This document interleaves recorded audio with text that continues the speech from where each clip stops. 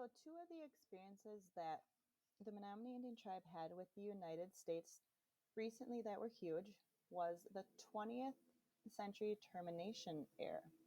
The start of the treaty area in the early 1800s, the Menominee Indians occupied an estimated of 10 billion acres of land, but through a series of several treaties that were entered into the United States government during the 1800s, the tribe witnessed the land base decrease to about 235,000 acres.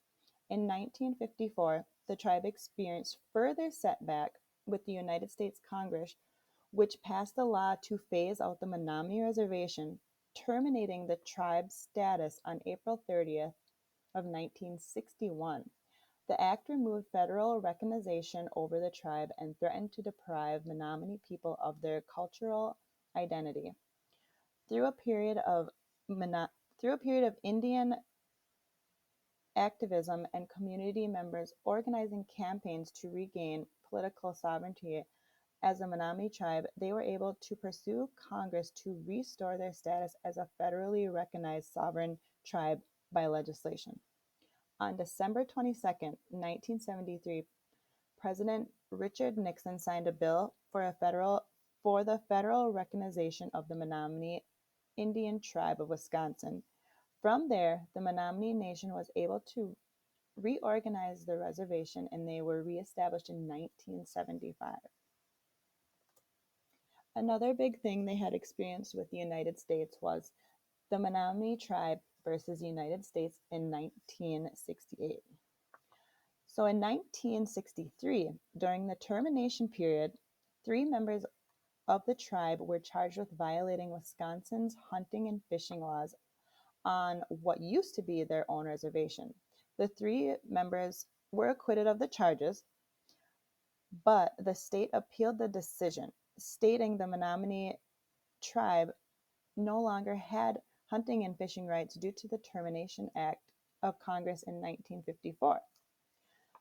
Due to the court ruling, the tribe then sued the United States for compensation for the value of hunting and fishing rights. Since court ruled that the tribe still had hunting and fishing rights, the Congress had not terminated those rights. The issue then went to the United States Supreme Court. In 1968, the Supreme Court stated that the tribe retain its hunting and fishing rights under the treaties involved and the rights were not lost after federal recognition was ended by the Menominee Termination Act because the Congress had not clearly involved those rights in the legislation. This issue has since been a landmark case in Indian law to help preserve Native American hunting and fishing rights. So there's three big achievements that the Menominee Nation has, which the first one is the development of the College of Menominee Nation in 1993. This includes a sustainable development institution, and the goal is to educate their ethic for living in balance with the land. The Menominee Nation also has a notable forestry resource and manage a timber program. In 1870, their land had 1.3 million standing board feet of timber. Today, that has increased to 1.7 billion.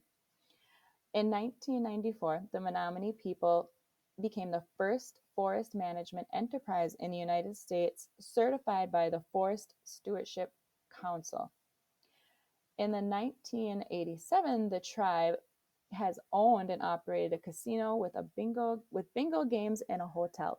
This casino has helped to employ many Menominee people. The Menominee Indian Tribe of Wisconsin is one of the many Native American tribes throughout the United States who have been here for hundreds of years. Many of those tribes hold their own history, their own values, their own experiences through the years, and their own achievements. The history, values, experience, and achievements I have shared with you about the Menominee people are what make them unique to their own reservation. Wawanan, which means thank you in Menominee language.